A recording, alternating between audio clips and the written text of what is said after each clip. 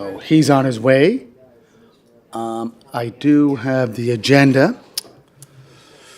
So first item is call to order. I know we have some guests here, John and Philip from the East Link Center. And we have an agenda of number of items. Any declarations of conflict of interest? Councilor McCabe? None? Okay, approval of the agenda. Oh, Your Worship, we had requested, and it would have gone to Councillor McAleer, we had requested that item number 7 move up to after the minutes because it's about remuneration, and Cindy McMillan's our intel on that file. So if we could bump that up to get her out the door, I would appreciate that. It should be only a few minutes. So 7 becomes 5, 5 becomes 7, is that what you're asking? No, I would suggest that the joint management agreement follow us as the 6. Because the joint management agreement people are here. Yeah. So if we could make 7, 5, and then they would follow that agenda item. Okay, just to clarify, 7 becomes 6, 6 becomes 7, correct? 7 becomes 5, Okay, and then 5 becomes 6, and 6 becomes 8. okay, and just on the agenda, Sue, and maybe Betty can ask or answer, where is the resolution? I gave a notice of motion, and then I also brought it up at our standing committee for protection and emergency services, the additional 6 officers, police officers. Is that, do we,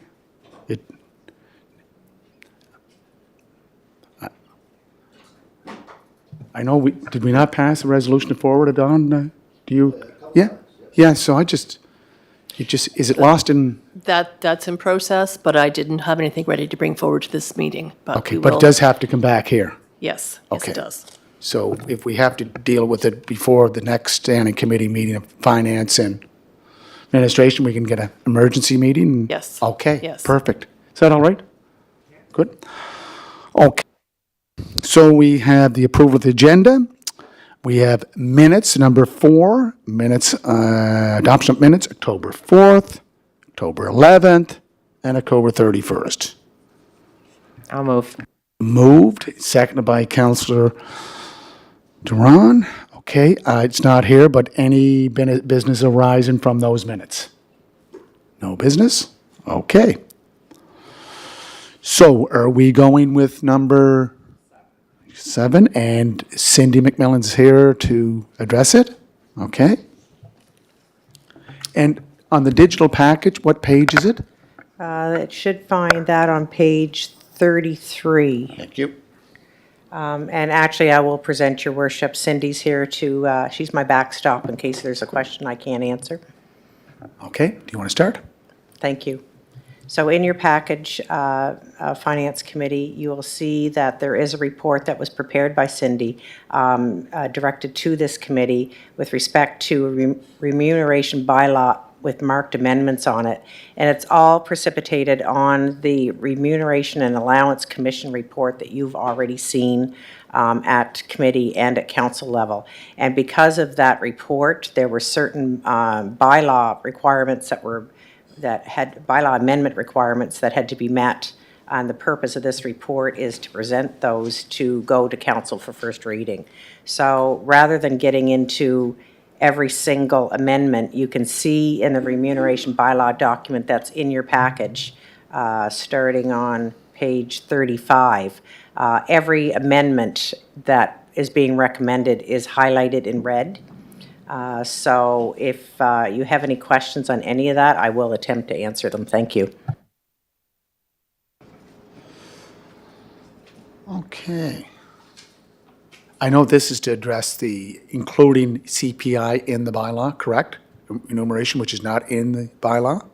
That's correct, Your Worship. You'll find that in section 6.6 on page 36.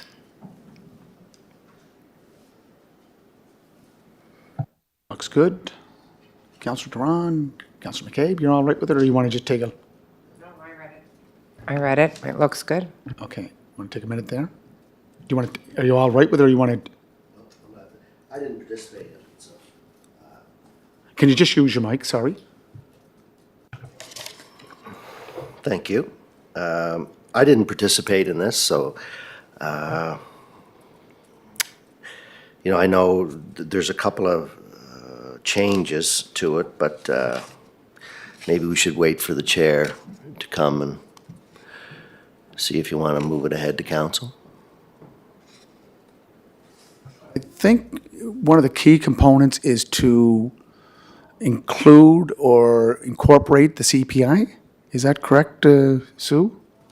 Yes, there may be some confusion around what it is we're looking for approval for. The remuneration allowance commission report is what it is. It was presented to council and received by council. It will be up to council to decide what elements of the recommendations they want to advance. This is specifically as it relates to any amendments we need to make to the remuneration bylaw to consider the CPI piece and some other housekeeping language that's in there around advisory committee definitions and such.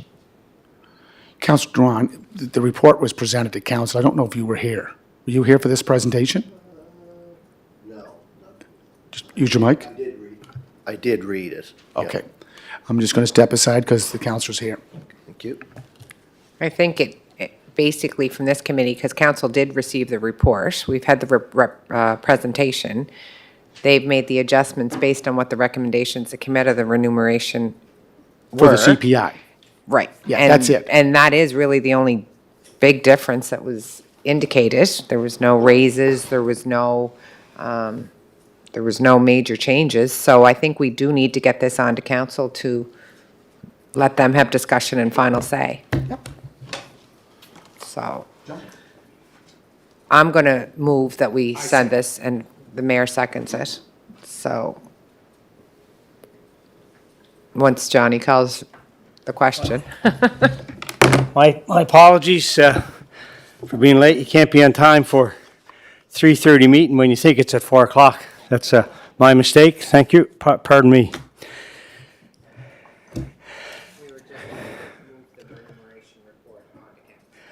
Okay. And everybody was good with that?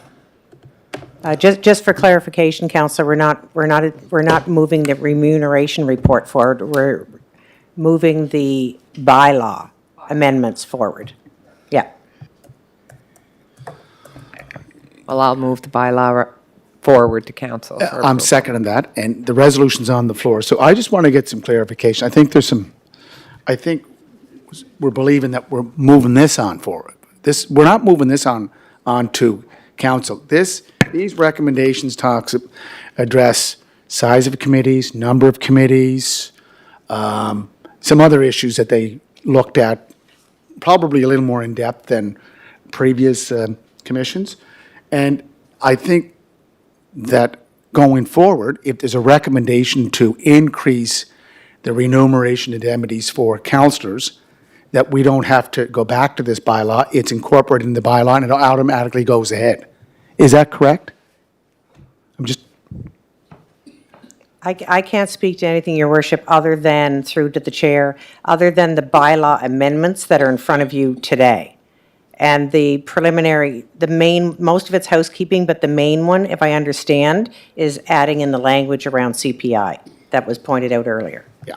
Which is section point 6, subsection 6.6. Correct? That's what it is.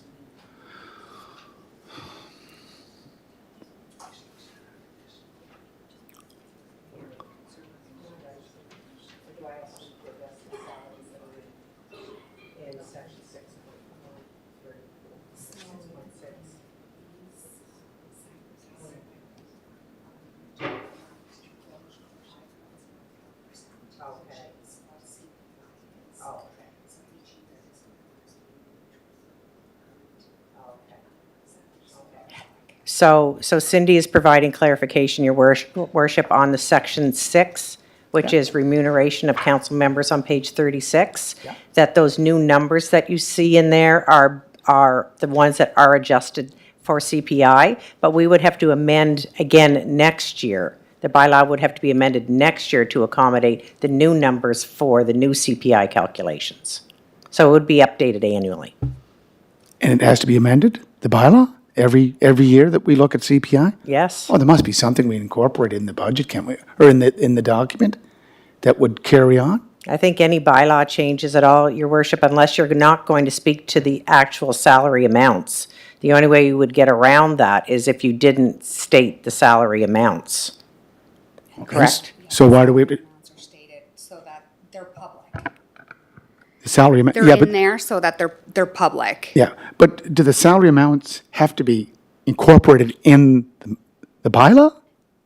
They were in the template that came from the province. And that way, it's accessible to the public. There's no inquiry that needs to be made as to how much a councillor's stipend is. Everything is laid out black and white in the bylaw.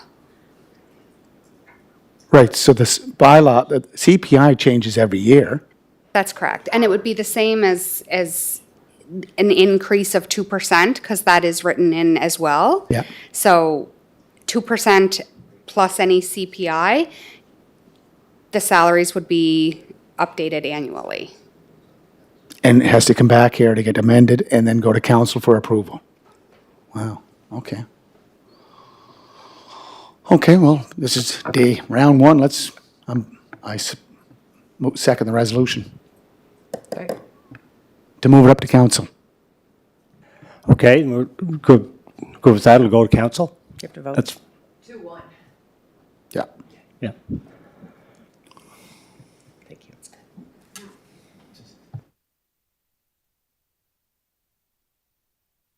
So then, so we'll go to the number 5, which will be the joint management agreement, CCI, MI joint management agreement, East Link Center. We have John Abbott and Phil Matschewitz. It's what, and to 10, and, welcome, gentlemen, to the meeting. Again, sorry I kept you waiting. So we'll go right to it, I guess. You're going to start, Wayne? Thank you, Mr. Chair. As the committee would be aware, Charlottetown Civic Center Management, Inc. is the governance body of the East Link Center Charlottetown Complex and has been since 1998, October of 1998. The board ensures that the venue operates from day to day, manages the venue, markets the venue, both the arena and trade center complex. And this governance model is governed by a joint management agreement between the City of Charlottetown, the Province of Prince Edward Island, and of course, Charlottetown Civic Center Management, Inc. The most recent agreement expired back in 2022, August of 2022, and the renewal was delayed for a number of reasons. Obviously, the ongoing impacts of the pandemic. There was a lack of stability in the general manager position, and staff were focused on the execution of some big files such as the Canada Games, the U Sports Men's National Hockey Championship, and now they're currently hosting the Under-17 World Hockey Challenge. The board has reviewed the agreement in detail and slightly amended the agreement at the request of the city in terms of reviewing the document. And the current document you have before you reflects some of the changes that the board is recommending.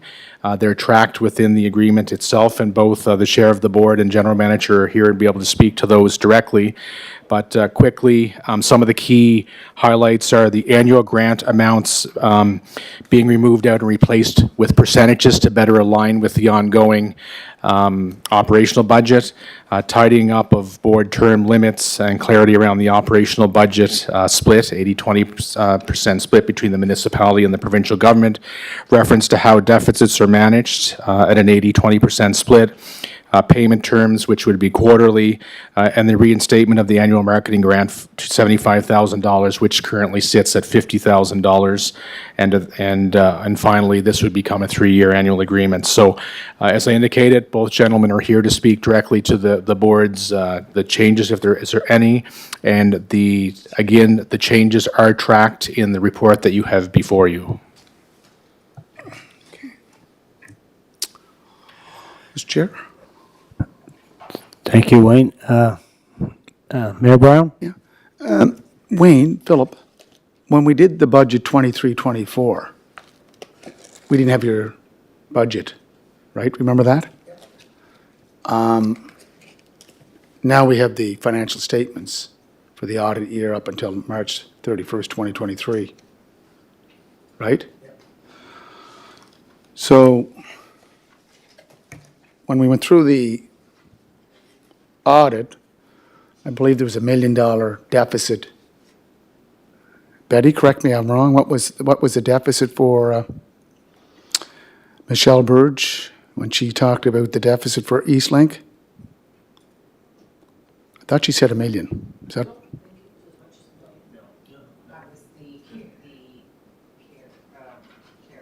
No, Bell and I was $500,000. Can we get that straightened out? Can we get?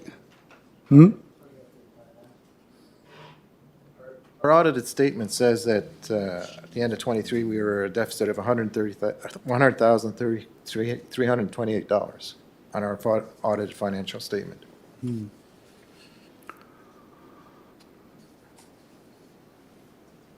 We were talking about, Betty, remember we were talking about the deficit, how our surplus was at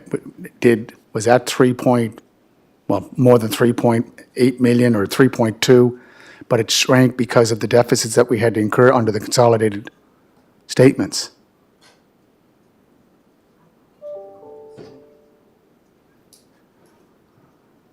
Yeah.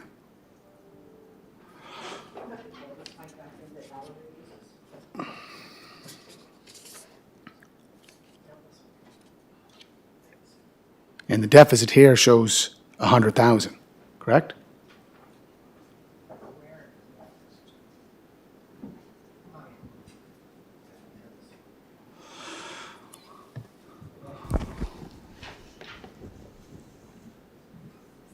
So could we probably can't get an answer today, but I think we'll have to reach back to Michelle. So you're suggesting that Michelle was saying that of our surplus, $1 million was a deficit for Eastlink? That's my understanding, and $500,000 was for Kerry. And I think I wrote it down on when we made the presentation. Are you talking, would that be a deficit in well, no, capital can't be a deficit. No. We'll look further into that. Yeah. Your worship, and get Yeah. back to you on that. Because the audited financial statements for Eastlink in total don't bring up that much of a deficit. Okay. But we'll get the details, exactly what Michelle said and exactly what Okay. the situation is. So we might have received your financial statements for 2023, 2024. Are they part of this package today, or are you just going over the audited statements? 2022, 2023 are part of the package, yes. So in your package, there's the joint management agreement, and following that is the complete set of Eastlink audited financial statements for the Eastlink Center. As of March 23. That's correct. Yeah, but remember, Phil, you didn't have your financial statement, your financials for us? Can we use them as a comparison or to look back for last year and what you projected for this year? We just have the audited statements Yeah. up until March 31st, And then we submitted a 2023. detailed budget. Hmm? I know the detailed budget was submitted late. But it was submitted. It was submitted. There's no deficit. Okay. So, Your Worship, although the budget wasn't submitted at budget time, it was submitted, I believe, shortly thereafter. Yeah, it was, yeah, but we don't have this, we don't have a copy for today's comparison, we just, okay, thank you. And the amount of funding that we included in the 23-24 city budget was $1 million for the East Link Center. Okay. Okay.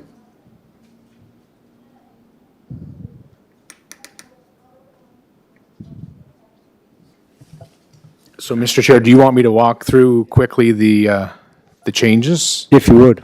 Sure. So on page number 2 of the agreement, Article number 2, in 2C, the wording "sport and entertainment" was added in to better reflect the operation. And 2D, economic was added in also to better reflect the alignment with the current department, of which does work with respect to event attraction with the venue.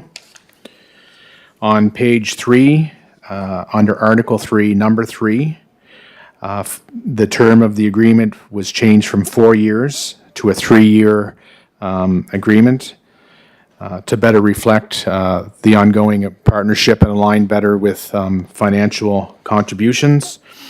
Article number 4, 4C was removed in its entirety.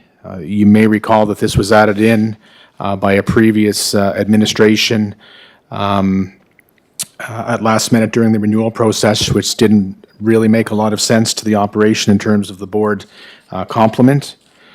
And then, of course, the next bullet changed to become C with the removal of C. And if you go to page number 4, article number 6, 6A, there was a time where there was an amount put in here. It's better reflected to use percentages at 80% operating budget provided by the city corporation, given the flat number would change on an annual basis regardless, so it's not, it's better addressed by using the percentage amount. The same goes for the provincial government's amount of money. And then if you go to page number 5, the first paragraph, wording was added in, payments will be issued on a quarterly basis. This is to give better cash flow to the organization and maintain the operation and be fiscally responsible, but being able to pay their incoming bills. And there's a little bit of language around there around audited financial statements. The next paragraph is just adding in administration to better align with the city's committee.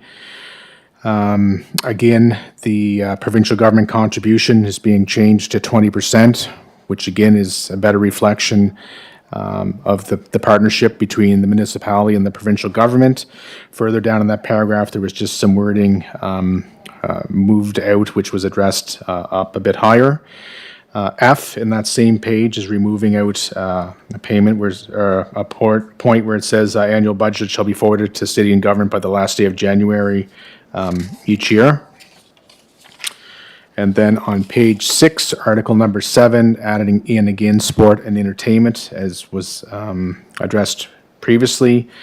Article 8C, again adding the word entertainment in. And then on page 7, the wording of NJ was listed in the past when it should have been the Information and Protection of Privacy Act, which is better known as FOIP. And then on page number 9, just some housekeeping, updating tenants within the venue and type of activities that happen, as well as the same for the trade center in addition to the arena. So they are the quick highlights. They're addressed in the document you have. I'm assuming that you had an opportunity to read those, and the chair or general manager would be able to speak to those further as they're coming from the board.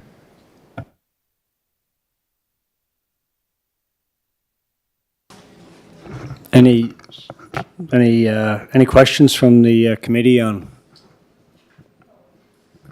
to Wayne or Phil, John? Yep.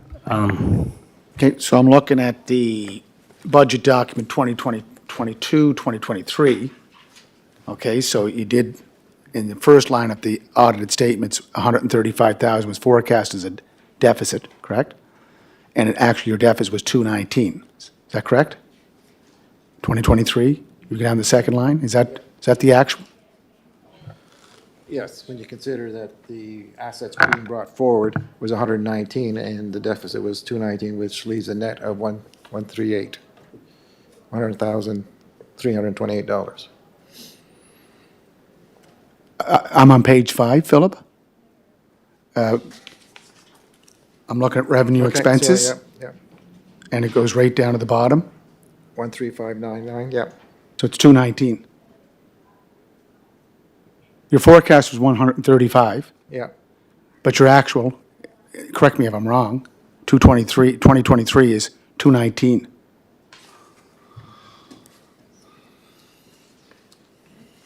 Is that right? Am I reading that right, Betty? Okay. but the, okay. Yeah. Yeah. Yeah. Yeah. Yes, you were. Yeah. Okay. So the $1 million, I think, is probably what Michelle will say, is that we had to put out $1 million because we didn't have the budget. That was brought out to forecast. Yeah, I think that's what it is, yeah. And I think we did the same thing with Kerry, but Kerry had their budget in. So, Phil, I think I asked you this the other day, last week. So we're coming up to the end of our third quarter. Where do you think you are in terms of looking at last year, third quarter, near the end of the third quarter, and this year, 2022, 2023, 2023, 2024? Are you hitting the target? We took a bit of a hit on the basketball pulling out. Yeah. But we just, on the tournament going on now, we're going to cut into that loss pretty much. We don't know exactly yet what it's gonna be, but, you know, the rental was just shy of 6 figures, and I perceive us making 60 to 70 net, which will cut into that 92 that the basketball cost us, that we budgeted for. It didn't really cost us. We're just not gonna get that revenue, so I you know, we've got new events coming in. We've got, you know, we had a big with Canada Games. I know that was in the last fiscal, but there's an awful lot of people coming into the rink these days that have never been in there before, and so I think we're making an impression. We're on the national stage, and I think it's going to bode well for us. So I'm confident that this year will be as good as we can get, probably. Yeah. So, Mr. Chair, the reason I asked, because I thought 2023, being the year of the Canada Games, that would be a revenue generator. But it's not a revenue generator because, Philip, did they pay for any of the rentals? Just, Your Worship, as I've indicated too, we did an analysis of our salary costs, and so we lost rental during the time period, which was $19,000 a week. And then further to that, we had staff expenses of $60,000 because, you know, we were very grateful for all of the improvements, but there was no compensation for having our staff there over the time of the games. And obviously, with the facility running, you know, from 9 a.m. till midnight, there was a fair amount of overtime that was accrued by staff. And that wasn't factored into either Canada Games budget or our budget. Mr. Chair, I should also add to Phil's point, just to make it a bit more clear. So while Canada Games contributed to the capital uplift of the venue, which is a substantial asset now that we have, there was no rental dollars provided by Canada Games to use the venue. So all of the funding or regular tenants, that was lost revenue stream. And as the chair indicated, the overtime hours, the additional hours, they're not covered by Canada Games either. So it's a trade-off of capital gain for free rent and access to the staff required to operate that venue for those elevated amount of hours. Okay, that's breaking news. So, and that was that is Canada Games policy? That is. So we lose revenue and we pay for the cost of keeping the facility open. And the offset is the capital investment. But we also had to counter that. It wasn't just their investment. We had to invest elsewhere, right? So it wasn't 100%. We had to match it, correct? Is that correct? For the public record, is that correct? That's correct. Okay. Okay. So at least we know we're on the map. Just a comment on reading, I think back to last year when, I think in the budgeting process, I believe you were looking for, was it $2 million and up to $2 million for a renovation or dressing room, that sort of thing. And I get thinking about that more after I get looking at this agreement and your mandate and kind of, what's expected. When I look at, Article 6 funding, it says the parties acknowledge that the mandate of CCMI is to increase revenue, manage costs, and to promote the complex. The parties agree that an annual operating subsidy, the annual shall be as follows. Okay, yeah, so it talks about the 80-20. And then when you go to Article 7, and it talks about marketing on 14, marketing, which is, pretty 7A. CCMI will present their marketing plan for the complex to council during the budgetary deliberations and talking about sales revenue endorsed by the board. CCMI will market the complex as a single entity that will enhance its reputation as a premier sport and entertainment multi-use facility. So, I've been thinking about that more, and we don't have, we don't have the multi-use complex and probably the sort of facility that we have, and to hear. And to get the sort of events and to have the the concerts and the sort of attractions that we would like to have at that facility, and if we're maybe not using the right language, if you're either in an A market or a B market, but you do have to have a certain physical plant to be able to attract these, the sorts of events that you need going forward. So I think, there's probably, just my own personal opinion, there's probably got to be a serious consideration, by this committee and, maybe council to come back to look for the same sort of thing, because I'd personally be off the opinion that, you do have to keep your facility up to a certain standard. Otherwise, some of these things, the market that you're trying to compete in, just, pass you by. And I don't know if you have any further comment, or I can't imagine you're going to disagree with that. But I just, it's one thing to say that, but if you're gonna say that, you have to be able to, have to be able to deliver. And I know it's a challenge, it's a budget thing, and I think it's beyond more than $2 million to replace a dressing room. It's a lot bigger. I think it's a lot bigger consideration than that. So I don't know if anybody else has anything to add to that, or care to weigh in on it, but that's just an observation on my part. Well, Mr. Chair, I think we would agree with you, and certainly, if we were to look to the future, perhaps we should be a little more aggressive in terms of what the facility needs to be able to market what we have. As you said, a dressing room renovation may not be the most prudent thing to do. It may be to take a larger expanse in terms of what potential exists there within the facility. I guess the experiences that we've had to date and the comments that we've heard back have been positive in terms of with Canada Games, with the U Cup, and with the under 17. So I think we have a facility there that does warrant some investment in terms of going forward. But obviously, that would be a significant conversation that would have to take place to move that whole idea forward.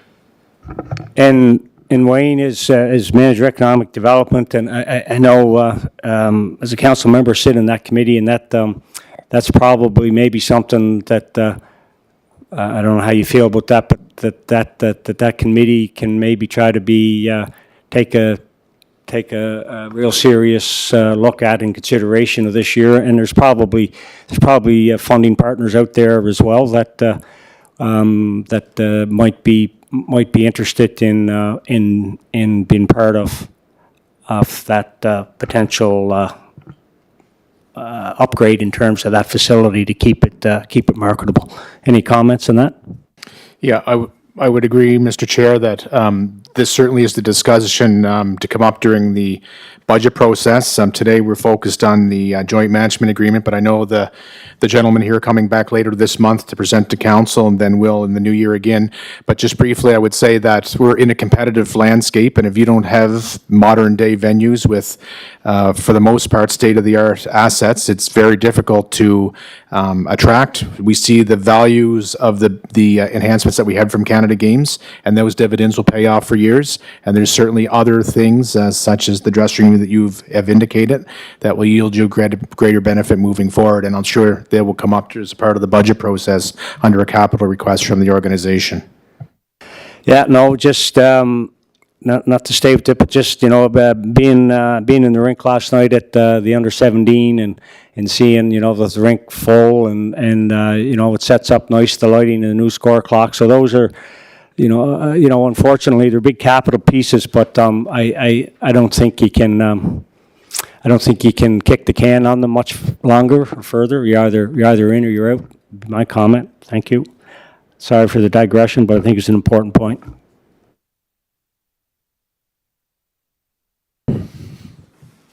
Okay.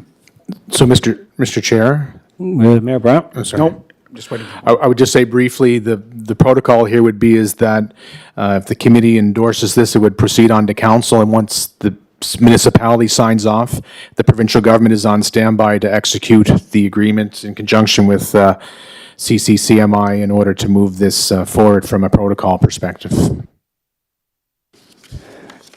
Is the committee in agreement with that? Move to council? Yeah, Yeah, we'll so- move it up and discuss it up there. Okay. That'd be great. Moved by Councillor Drong, seconded by Councillor McCabe. Thank you. Thank you, Wayne. Thank you, John and Phil.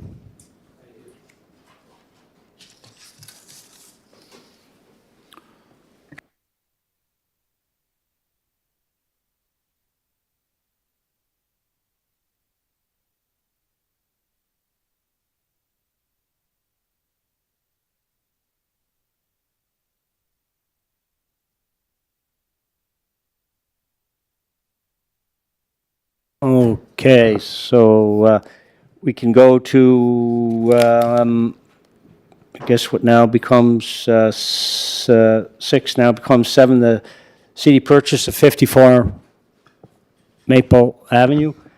So we have Paul with us this evening. I'd like to go to that. Paul Johnson, thanks for being here, dealing with this. Take us through it. No problem. Long outstanding issue. I'll do a very quick recap that we'd had a leak of an underground oil tank at the Maple Avenue Hall. We dealt with that immediately and with the experts in environmental reparations, and got a environmental closure permit on the issue.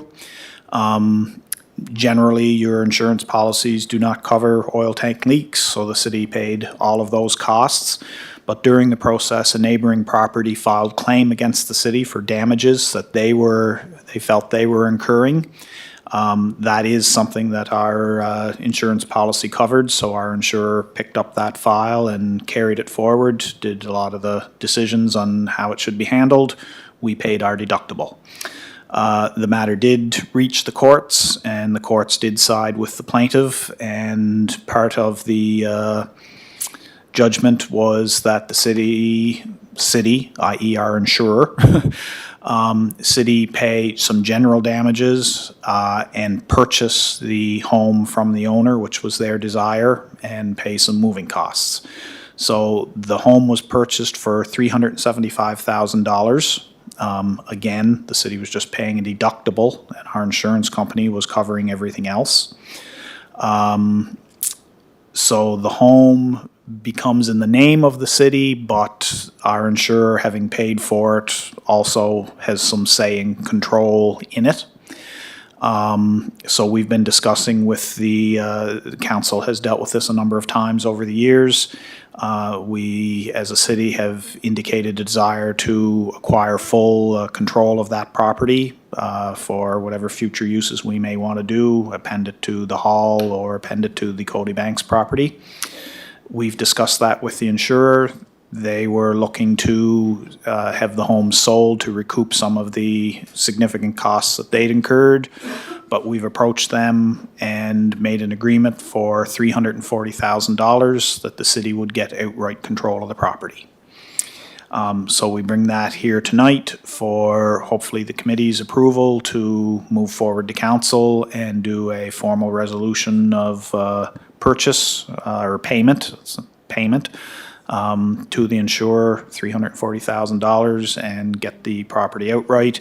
The city would then decide what we're going to do with the property. Do we sell the house for removal off the site? Do we put some staff in there as an office or as a remote office? Do we lease it out as a property? Do we demolish the house and leave it as open space? Whatever, those are continued decisions that the city would make once we had control of the property.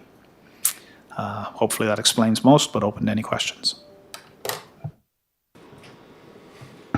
Thank you for that summary, Paul. Councillor Drown? No, I can certainly put a motion to move it on to council. We've been waiting a long time for that. I mean, it's adjacent to the Sherwood Hall.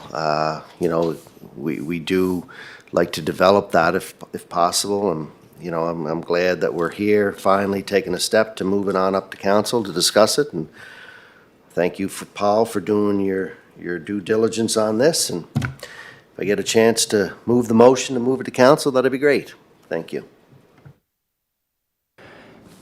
Thank you, Councillor Drung. Any other questions to Paul? Okay. Motion moved by Councillor Drung, seconded by Mayor Brown to move to council for further discussion, consideration. Any further questions? Paul, just before we vote on it, so the ground has been the Department of Environment and Sustainability has declared it cleaned? Clean to an appropriate level. You're never going to get rid of every little drop of petroleum products, but they have standards for parts per million and that sort of thing. So we have done that in the area. Yeah. So let's say the city provided it to Habitat for Humanity to put up a duplex or a single-family dwelling. Would that be permissible? Like, would the ground allow that, or does it have to go on a slab? Do you have that technical information available, or is that something we have to do on our own? Not my area of expertise, but with the environmental closure, the house as exists can be lived in. It's a dug concrete basement. I would assume that anybody could build anything else. There really wasn't a whole lot of soil contamination in the area, and what little bit there was right around the tank on the city's property, that soil was excavated and removed. The issue was that some of the petroleum product, hydrocarbons, get down into the groundwater Obviously, nobody in the area is using a personal well. We're all on city water, but the groundwater was contaminated with the hydrocarbons. We sucked the groundwater up, we put it through a filter and cleaned the hydrocarbons out and sent that water back down and continued to do that for a couple of summers, 2.5 summers maybe, and got the groundwater content down to an acceptable parts per million. So there is no environmental contamination on the site that would cause any issues that a normal, so-called uncontaminated lot would not incur. And there's no odor issue, that's completely gone from your, as per your official opinion? Per my opinion, Professional there's opinion? no odors left. And no one living in it now, right? It's completely vacant? The house is vacant at the current time, yes. Maintained by the insurer, they're inspecting to make sure, and like I say, it could be sold for removal if we wanted to do something else with the property, or could be lived in. If we weren't purchasing from the insurer, they were going to put it on the open market and sell it to somebody for a house. And just comment, George or Councilor Brown, I'm assuming if this property hadn't been adjacent to where it is, i.e. the sportsplex, they call it, or think of it as, we wouldn't have been, I guess, had the interest or the dynamic of what we're doing now if it had been perhaps located anywhere else. Is that fair to assume? The issue arises because of the oil tank leak and the previous resident saying that they were harmed by that activity that had gone on, that event. If there hadn't been an oil tank leak, but we were looking to expand the Maple Avenue Hall by twice the footprint, we may have been going to the homeowner and asking them if they'd like to sell so that we could expand, or if anything was happening at Cody Banks. Don't know what the possibilities could have been there, but the issue arises, we happen to have an oil tank leak. The adjacent property says that they were impacted by it, went to court, and the judge ordered that the city purchase the property because that was part of the settlement that the homeowner was looking for. They felt they didn't want that house, that property anymore. And the city was decreed by the courts to purchase it. Now that we have it, like I say, could be sold off again to the general public, or we could do a multitude of other things with it. Thank you, Paul. Councilor Drown. Thank you, Chair. You know, this property is you know, something that, you know, I personally, you know, was looking at since this oil spill happened. This would be a great asset to the city to expand a hall that was hauled there from the airport back in the early 60s, and that we've patched up, and you know, it does a decent job of, you know, servicing the community as a community center. But again, it's probably nearing its end life, as is the Cody Banks. I mean, it was built in 72. So, you know, if we could get this parcel of land, maybe look at somewhere down the road of a rink or a community center to, you know, revitalize that area, it'd be a terrific asset. I don't think, you know, of renting the house out, you know, that would be a council decision. I've been in the house a number of times myself. There was a smell, you know, the courts proved that. You know, it's here today to see what we're going to do. And like I said, let's move it up to council. Let's have a discussion to see where we're going. And I think it'd be a great asset to improve Ward 6 on Maple Avenue and service the community for many years ahead. So like I said before, I'd be jumping for joy to move this on up to council. So Fully agree. Thank you. Fully agree. Fully agree, Mr. Chair. I do agree with the councillor from the area, but we do have a housing shortage, and that's why I was asking those questions pertinent to the soil conditions and if it could be built on. And professional opinion from our asset manager is that asset manager is saying, no, you can build on it, whether it's a home or it's a rec hall on a slab, or we dig below ground. So, no, it's an asset. Land is a great asset because it appreciates. That's what I like about land, especially if you live on an island. Thank you, Mr. Chair. Thank you, Member Brown. Okay, we close the loop, I think. Thank you, Paul. Move to council and hopefully proceed on from there. Continuing on agenda. On to 8 now, Fiona claims update. I don't see Stephen Burke in the room, so I guess, Betty, you're guessing you're going to, or is it Sue? Betty? All right. Betty? Yes, we were asked at a previous meeting to give an update on where we were at with the Fiona claims, and that's what this report, when I get to it, talks about. So it gives a summary there of the total expenses to date and the total claims to date. We've submitted 3 residential claims to the province, and we just got payment for the last one last week. And there are, we anticipate 1 more residential claim as that program is now wrapped up. And we are meeting with the insurers next week to get an update from them as to what its anticipated insurance will cover, and then we will look at putting a claim into the province for the remainder. So if there's any questions on that, I'd be happy to answer them. Do wages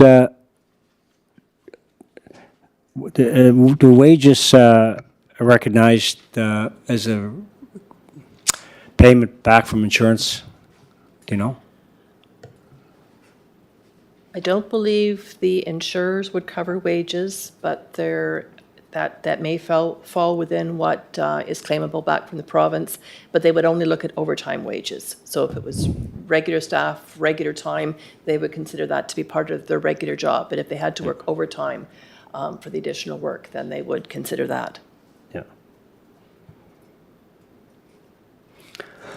All right, any... Thank you for that, Betty. I think Mayor Brown? Yeah, Betty, just through the chair to Betty. So in our audited statements, what did we account for the Fiona? Was it 7 million, or am I dreaming that number? Because we have here total costs incurred to date. Cleanup of non-city owned properties to assist residents was 5.6 million. Total amount reimbursed was, let's say, 5 million. So the other cost would be our own property, correct? Fiona cost? That's correct. The Fiona City expenses is Yeah. our own costs. So those expenditures were primarily in last fiscal year, so they were in last year's financial statements. And we estimated how much we thought we would get from the province. And it's supposed to be 80%, but Yeah. we were conservative and we recognized it at 75% because there may be some things that don't fit within what the province will cover. So we were conservative there. And it's anticipated that there is still work to be done because primarily what was done at this time was the cleanup work. And if there's still further repair work and further tree replacement work, that is still to be done. Yeah. So I'm just trying to clarify, Mr. Chair. So Fiona City expenses, 3.4 million, we're yet to get a payment from the province. I'm just clarifying that. Is that correct? That's correct. Okay. And do we have a timeline for that, or is that, it's a waiting game from the city? We have to get the final word from the insurers, and then it has to be submitted to the province. That has not been submitted to the province yet. So, no, we don't have a timeline on that yet. Because the insurers, I think in your statement here, we've started our claim with the insurance company, and like that could take some time too, right? It's been sitting with them for a little while now, so I'm quite curious to see what they have to say next week. Thank you. And I don't know what the holdup is on that.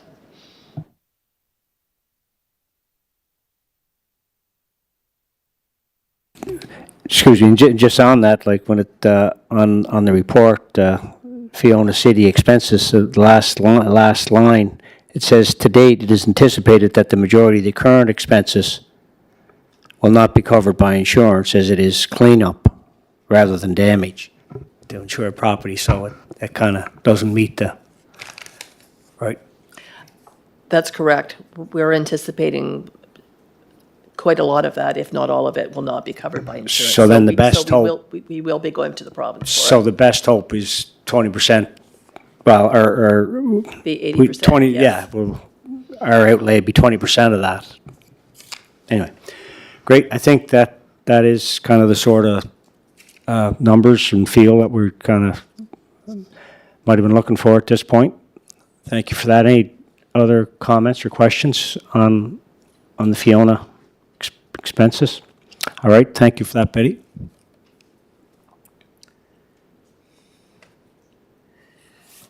So let's go to item 9, request to purchase the city property, PID 368001, northeast corner, Queen and Pond. Reports in your package information. Seems to be pretty straightforward in the report as to not to consider the the sale of the property. Just wondered, is there any comments or questions from the committee on the staff recommendation, to which I think as chair I'm prepared to support. Well, it very clearly states that we purchased this property for safety purposes. So to think that I don't think anything's changed as far as safety. There'd just be more kids crossing the road. Our crossing guard was hit there on that corner with the sight line. So yeah, I'm not interested in supporting. I'm interested in supporting what's recommended, is that we don't sell the property. Does that reflect the rest of the committee? I'm just going to forward it up to council. Yeah. All right. Forward. Let's. We'll do that. Forward to council by recommended. But could we get, Betty, do we know the information? What's the purpose of the purchase? It's not to build something. That's know- correct. They want to use it for additional parking. Yeah, so it's not for putting a structure in that corner. It's just to provide a more parking. Well, actually, it says here additional parking and/or future expansion of the business. Yeah. And once it's purchased, that's a little bit out of our control too, what they want to come back and ask for later, right? We're dealing with that last night with, No, that's why you have development agreements. yeah. But you have Yeah, I development just agreements. keep it as Yeah. is. No, information that I'd like to pass on. Along with the fact that that whole block's just been gone through infrastructure. Yeah. That new road, the sidewalk. Yeah. Yeah.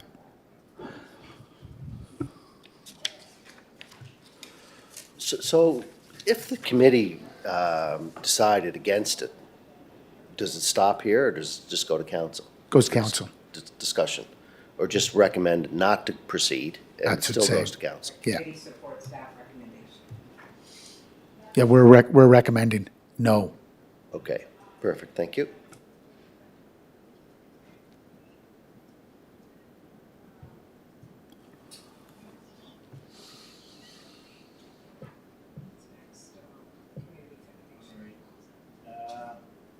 Number 10, Community Foundation PEI proposal. Put your mic on. Mike, your mic. Yeah, item 10, Community Foundation of PEI proposal in your package. There's two pieces to that, and Betty, do you want to speak to that? Thank you, Mr. Chair. Yes, Kent Hudson from the Community Foundation of PEI has reached out to see if the city would be a qualified donee to partner with them to assist in receiving donations and paying out donations. So they have situations where somebody wants to donate to something in particular, but the Community Foundation is limited to only donating to qualified donees. So it limits their ability to accept these donations and then forward them on. So they have asked if we would help out with that. So they would collect the donations, they would receipt the donations, and they would then donate it to the city as a qualified donee, and then we would, in return, donate the money to the specified organization. I see it as being a nice way to support these organizations. I know we, on occasion, did something similar in my previous municipality, so it was something I was familiar with. The concern has been expressed, though, if we open it up to this organization, are we going to be getting other organizations that want something similar? Excuse me, Betty, did I understand you to say you have seen this happen with other municipalities that you've worked with? Is that what you said? Yes. Yeah, so you think it's kind of a nice to do? Yes, and what I have observed is it was done in a very limited way, and it didn't become an issue that we had a lot of organizations asking for the same kind of support. So that was what I was anticipating here, but it's a different climate here. Maybe there's things I haven't considered. Mayor Brown? I support it because these organizations are providing a service that we're not providing, or they're enhancing or adding on to services that the city and maybe the provincial government is providing already in the community. So this is really asking for a tax receipt, correct? Because it says the perception. No, I don't think they're asking for a tax receipt, but It says community- if workable, the CP, the Community Foundation Principal would establish a fund to allow supporters to contribute to the club and receive a charitable donation receipt. Is that from us or is that from, that's from the Community Foundation. right? But the Community Foundation is not able to make donations to these other organizations themselves. They can only donate to a qualified donee. The city would be a qualified donee. So Right. they can donate to us, and then we can turn around and donate to the other organization. So we're not doing any receipting, and it would just be the Community Foundation would give us the money, and then we would pass the money along.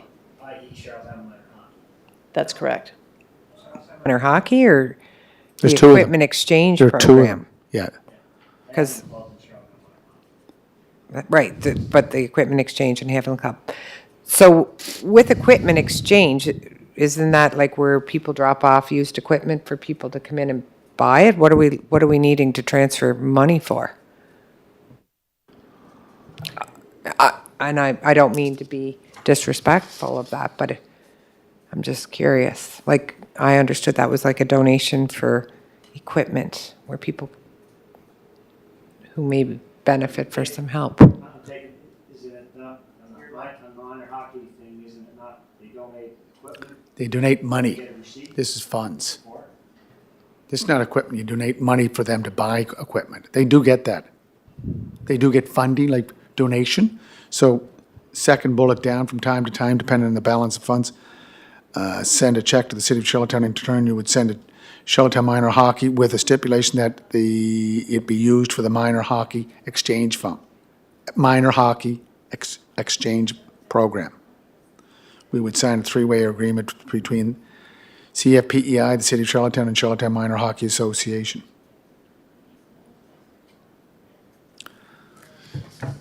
So Community Foundation becomes the recipient of the funds, correct?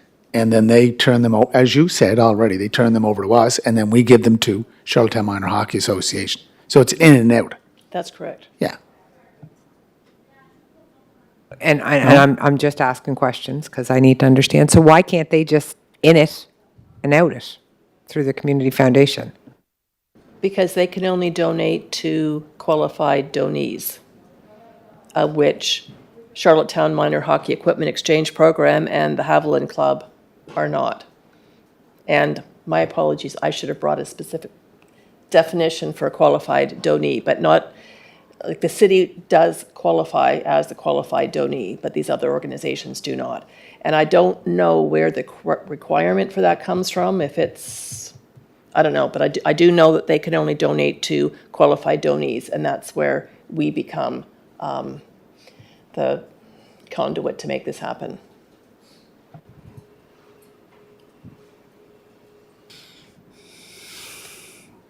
Councillor McCabe, not Yeah. made clear. No, I know that the Community Foundation gets money and they give scholarships to individual students and they do stuff like that, so I'm just confused why we're gonna get involved in that.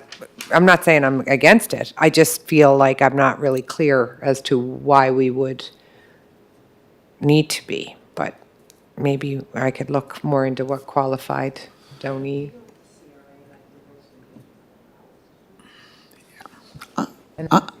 I'm just wondering, Mr. Chair, could we defer this just to get more information? Sure. I think that's all we need. Our director's got a CRA. good question. CEO. My apologies, Mr. Chair, through to Councillor McCabe.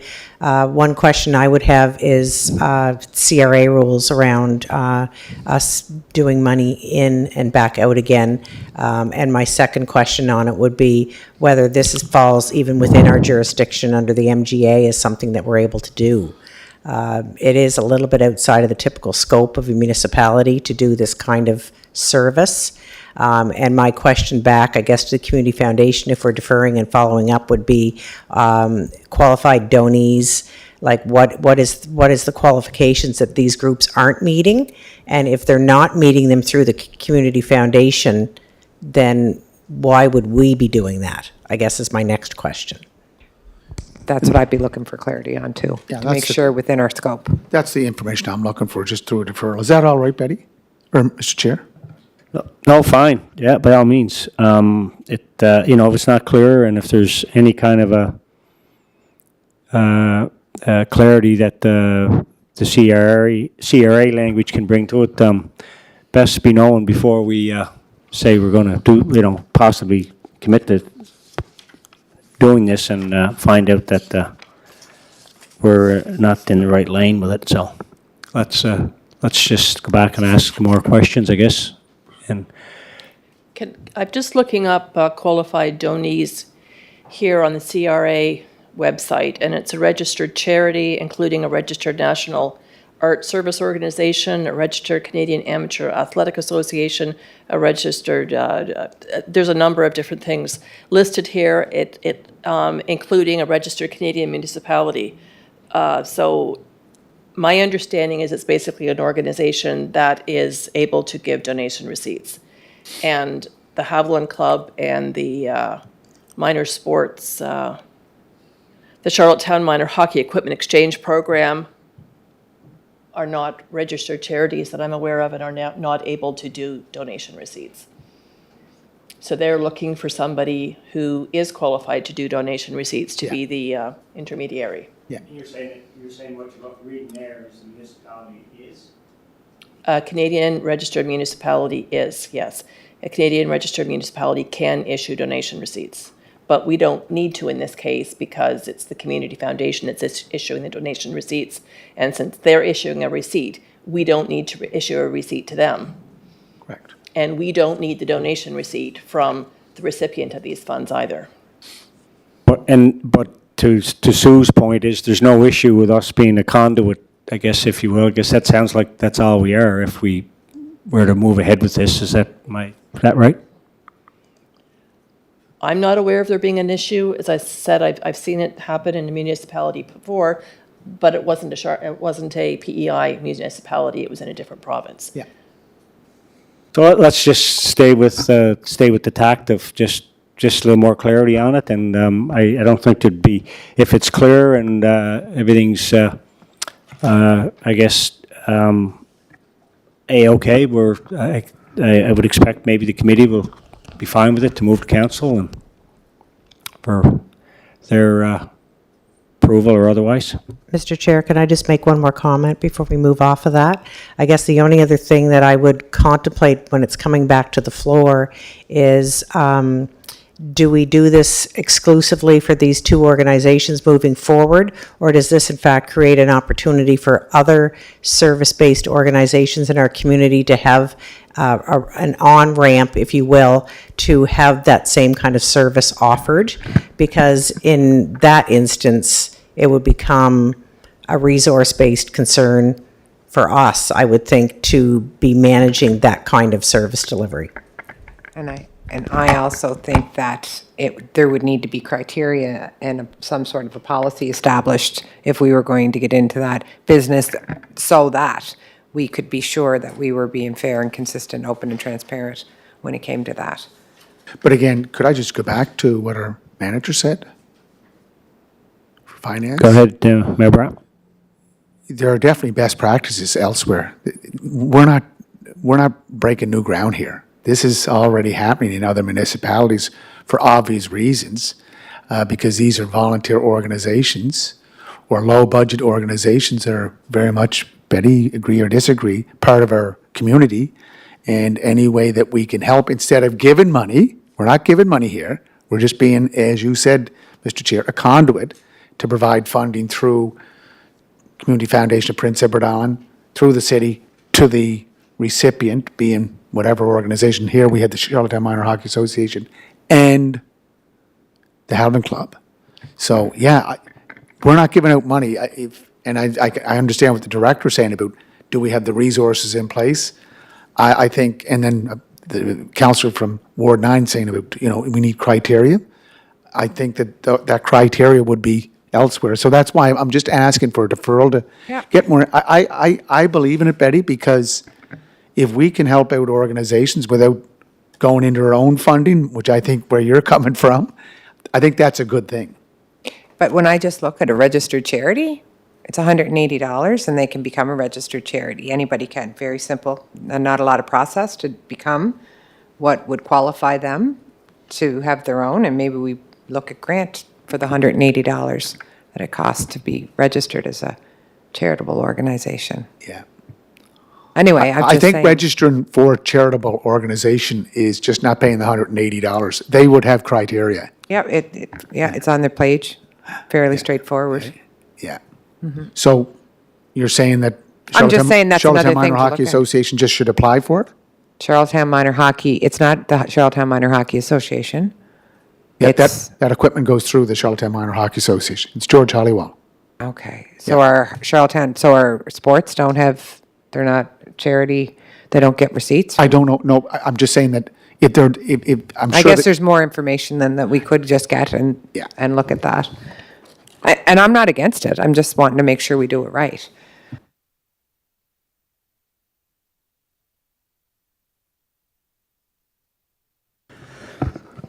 All right. Thank you for that, Betty. We'll go to number 11, monthly financial statements. And Betty, that would be you. If you could kind of take us through the recap. A lot of it, I think, is pretty evident in the statements that are in the package, but there may be questions, and I'm sure you'll be able to speak to them. Go ahead. Thank you. Thank you, Mr. Chair. So included in your package are the monthly internal financial statements for the 6 months ended September 30th, 2023. Halfway through the year already. Wow. And if I look at our city operating revenue percentage of budget, 50.59%, right on the money. Expenditures, if we look at the different categories, so government services, 45%. We're just a little bit under budget, gives us a bit of a cushion, looks just right. Protective services, about the same, 46%. Our overall city expenditures, 42%. I think that looks about right. And city revenue, less expenditures. At the moment, we're running a surplus. We had budgeted to cover any deficit with last year's surplus. We're not needing to do that yet. Hopefully we won't. We'll continue the same trend where we bring in a surplus. So we have adjusted the bottom line for the city to be zero. Somewhat similar for water and sewer. The revenue to date is 55.5%. The total expenditures are 36.5%.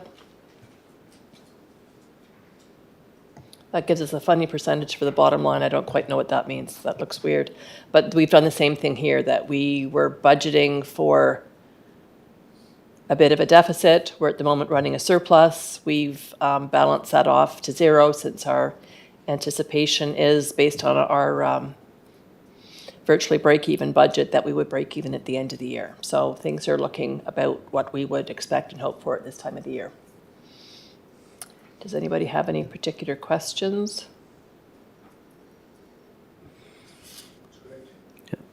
Looks good. Looks really good. Second quarter. No, I think, all the revenue sets up pretty good according to And I budget. know there's a little bit of additional revenue that's not in there yet. The municipal capital expenditure grant, we've budgeted $2 million for the year for the city. We've normally been a number of months behind in that, but we today received our first quarter municipal capital expenditure grant of about $500,000. So we're quite pleased that we're able to get those claims in on a timely way this year. And just looking to see what we have for that for water and sewer. It's not in there as a separate line item for water and sewer, so it's included with something else. But that is looking good as well. Betty, just to context for me, to try to understand it correct in my head, on the Fiona expenses, on the expenditures, like emergency preparedness, 676,000. So is that kind of basically the piece where we're short of? There's additional expenses that aren't kind of covered, or is that 676 is? That is emergency preparedness and Fiona expenses. So the budget for the current year for that was $35,000. That is really emergency preparedness budget, not Fiona. The year-to-date Fiona expenses are $711,000 to date that we will be making claims for.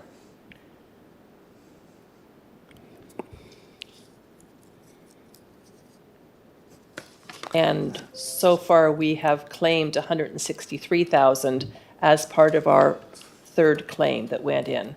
So most of the third claim actually related to prior to the 31st of March, but this amount related to the current year. Thank you. Mayor Brown?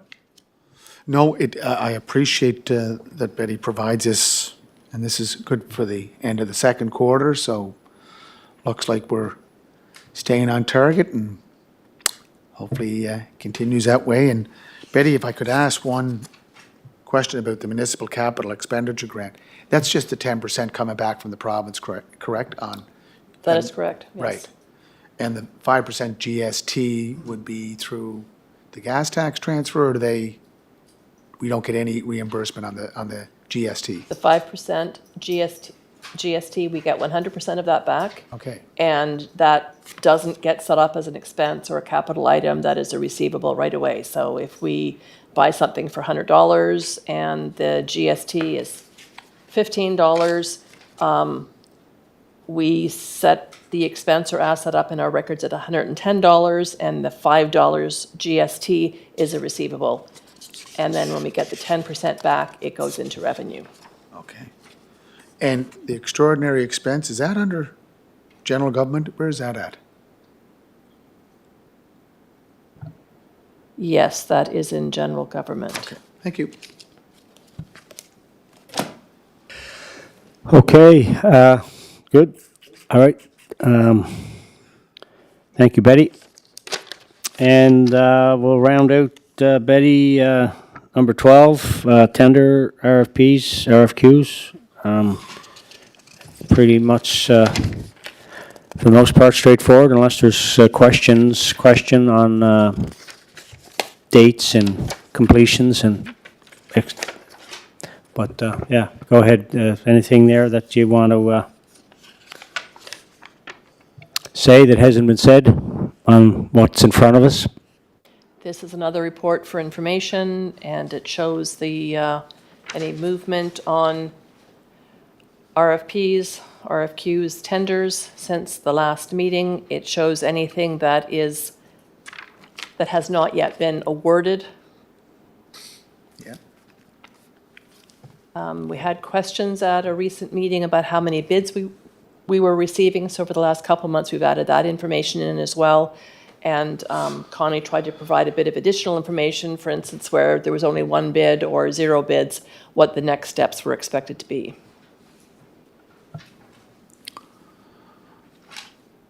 So, Mr. Chair, so if I go to Mayor Brown? if I go to the 2023, 2024 full-size 3-row SUV, one bid, is that going to council for approval? Or are you just still reviewing it? What's the date on that one, Your It Worship? is due date November 1st. So that one down at the bottom there. Doesn't it have to go through the prospective committee? Like, I know all the public works tenders, When even did you after last the meet? Huh? When did you last meet? Manager was away, so we're not meeting until the 22nd. Of November. Yep, from what I've been told. So it does have to go back to that committee? Oh, That would be correct. oh, so this might not come till Christmas time. And perhaps we need to look at that and have a conversation with time-sensitive tenders that could come to one of the 95 meetings we have through the week.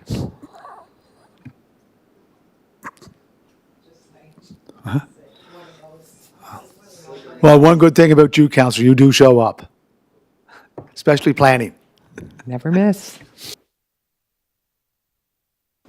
And just one last question there, Mr. Chair. Queen Street Parkade, any timeline for that, Betty? Or is that left up to the engineer, our chief engineer, that's not coming back? Are we meeting the 22nd? Is he back? Where are you looking? It's redevelopment of Queen Street Parkade. That went through Public Works. That closed on August 31st. Yeah, I know, it closed. Did we not have anything that came through on the redevelopment of the Queen Street Parkade? Yeah, that's why we have 2 tenders, but I'm just trying, 2 bidders. I'm just trying to find out what's the update on the getting back to So you mean to say the bids that closed on August 16th or August 31st are still with finance? I guess that's what I'm reading. I don't believe it's still with finance, but it has not yet been awarded. No. It's still with Public Works, I think, there, Madam Chair. 10,000 to go back and come up with a master gift. Is that the design bill you're talking about? Your committee? It does. I don't, is it Public Works that deals with the parkade? I don't know if it was it? I think it was the Was it? chief engineer. Yeah. Look, there's so much stuff that comes through that apartment, I have no idea. He proposed the tender that Councillor Duran's referring to, the $10,000 Bonus. Okay. bid preparation. Thank you, Mr. Chair. I can't remember. All right, that concludes our meeting. Motion to adjourn. So move. moved by Mayor Brown, seconded by June McCabe. Thank you. Adjourn. Thank you.